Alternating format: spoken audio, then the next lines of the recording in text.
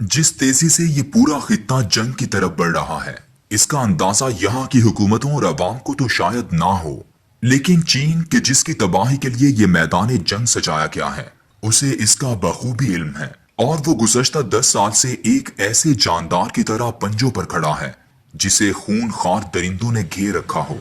अमरीकी सदर Barack Obama ने 2016 में भारतीय पार्लियामेंट से खिताब करते हुए कहा था कि भारत और अमेरिका 21वीं सदी के मुश्तरका दोस्त और मुश्तरका दुश्मन रखते हैं और भारत को ये मशवरा दिया था कि तुम अब सिर्फ मशरिक की समत देखो।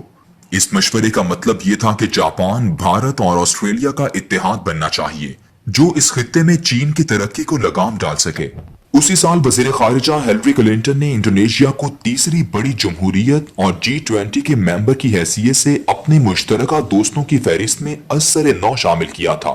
अमेरिका इस रीजन में दोस्तों की तलाश में इसलिए निकल खड़ा हुआ क्योंकि उसके मुआशी माहिरीन ने 2008 में ये खबर दे दी थी कि गुज़श्ता 10 सालों की जंगों ने अमरीकी मईशत की कमर तोड़ कर रख दी है और वो अब एक मुसल्लमा आलमी ताकत की हैसियत से किसी बड़ी जंग को तन्हा लड़ने के काबिल नहीं रह गया। इस जवाल की वजूहात में दहशतगर्दी के खिलाफ जंग, बजट के अंदर मुसलसल किफायत जारी, फनून हर्ब की नई टेक्नोलॉजी में सरमायाकारी की कमी और इंसानी हुकूक और आलमी सेकुलर लिबरल एजेंडे की उलझने बताई गयी।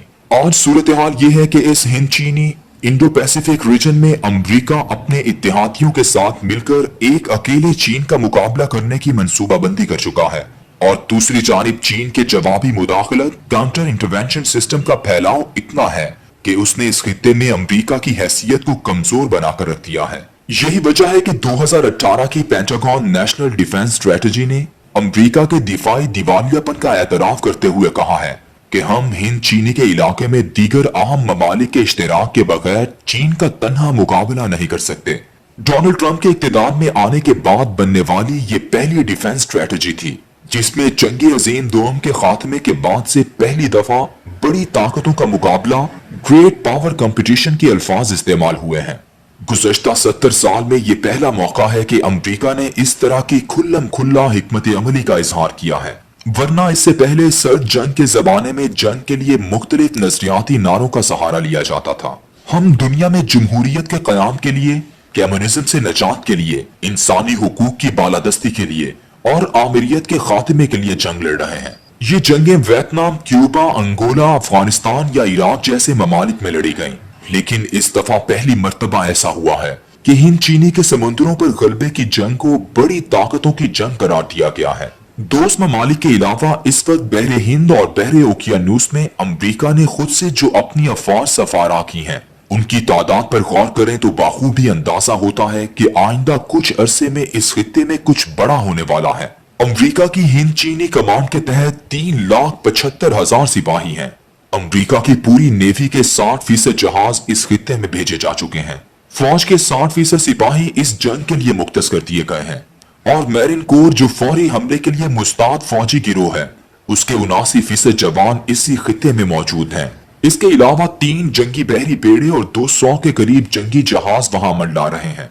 इसके मुकाबले में चीन ने भी 4 मार्च 2012 को अपने फौजी बजट में 11.2% इजाफा करके इसे $106 अरब तक पहुंचा दिया था और आज 8 साल बाद चीन का सालाना अस्करी बजट $200 अरब के बराबर है। चीन ने अपने एटमी हथियारों, बैलिस्टिक और क्रूज मिसाइल के प्रोग्राम में बेपनाह इजाफा किया है। अमेरिका ने इस खित्ते के तकरीबन 15 करीबी ममालिक को अपना इत्तेहादी बनाया है, जिनमें भारत, जापान और ऑस्ट्रेलिया 3 बुनियादी अराकीन हैं। अमेरिका ने अपना सबसे पहला फौजी अड्डा आज से 120 साल कबल 1898 में फिलिपाइन में बनाया था, जहां उसकी अफवाज आज भी मौजूद है। इसके अलावा जनूबी कोरिया में मौजूद अमरीकी अड्डा भी बहुत ज्यादा अहमियत का हामिल है। यूं तो यहाँ सिर्फ 19,000 अमरीकी सिपाही हैं, लेकिन पूरी जनूबी कोरिया की फौज अमरीकी इशारे पर मुस्तैद है। इस मुल्क के हवाई अड्डों पर अमरीकी एयरफोर्स के जहाजों की बहुत बड़ी तादाद मौजूद है। दूसरा मुल्क जापान है, जहां इस वक्त भी अमरीका के 50,000 सिपाही मुख्तलिफ अड्डों पर मौजूद हैं और जापान की फौज भी अमरीकी इत्तेहादी है। अमरीका का 7वां बहरी बेड़ा इस खित्ते में मौजूद है। 2 और बहरी बेड़े रोनाल्डो वैगन और थियोडोर रूजवेल्ट भी इसी जनूब मशरिकी बहरुल काहिल में गश्त कर रहे हैं। गुआम यूं तो एक छोटा सा मुल्क है, लेकिन वहां अमेरिका का बहुत बड़ा फौजी अड्डा कील कांटे से लैस है। समुंदर में अमेरिका के 200 बहरी जहाज मौजूद हैं, जिनमें 5 बड़े जहाज हैं जिन पर फाइटर तैयारे मौजूद हैं और वो इन बहरी जहाजों से हमले के लिए प्रवास कर सकते हैं। ये वो नक्शा है जो इस खित्ते में मौजूद अफवाज का है। इसके अलावा इस खित्ते में जंग की सूरत में फौरी तौर पर मुस्ताद रिजर्व में 1100 फाइटर जहाज और 1,30,000 नेवी के सिपाही भी अमरीकी छावनियों में मुख्तस कर दिए गए हैं। ये तमाम अस्करी कुव्वत सिर्फ और सिर्फ अमरीका की है। इतनी बड़ी अस्करी कुव्वत के बारे में अमरीकी माहिरीन की राय ये है कि ये चीन का मुकाबला करने के लिए थोड़ी है।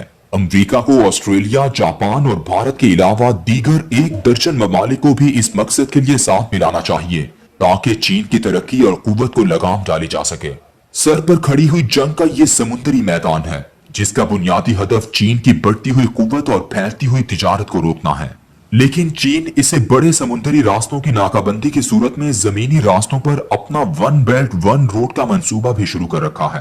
आइंदा महाज़े जंग इस मंसूबे को रोकने के लिए खोला जाएगा। इस मंसूबे की अहम तरीन कड़ी काशगर से गवादर तक का रास्ता है।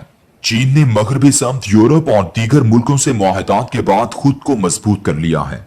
लेकिन जंग में एक लफ्ज इस्तेमाल होता है, सॉफ्ट बैली, यानी वो नर्म जगह जहां जंग छेड़कर किसी मुल्क की मईशत को तबाह किया जा सकता है।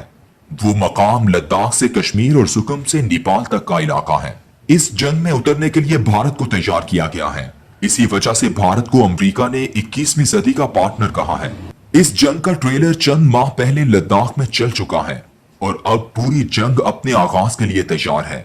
समुद्र की अफवाज तो नाकाबंदी के लिए तैयार है, लेकिन मैदान तो जमीन पर सजेगा। असल जंग तो यहाँ होगी चीन, भारत और पाकिस्तान में।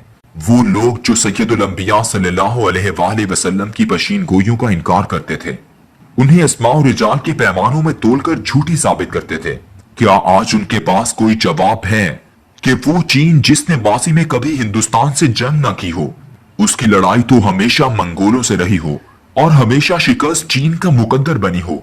लेकिन मेरे आका सैयदुल अंबिया सल्लल्लाहु अलैहि वसल्लम ने 1400 साल पहले उस अरब में बैठकर जो तहजीब से कटा हुआ था, जहां कोई हुकूमत तक न थी, जो आलमी उमूर से नाआशना था, आपने वहां ये ऐलान फरमाया कि हिंद की तबाही चीन से, और आज ये हकीकत रोज़े रोशन की तरह वाज़े हो चुकी है। ऐसे पैगंबर की हकानियत पर कोई जाहिल, कोड़ मगज और मुतासिब शख्स ही होगा जो ईमान न लाए।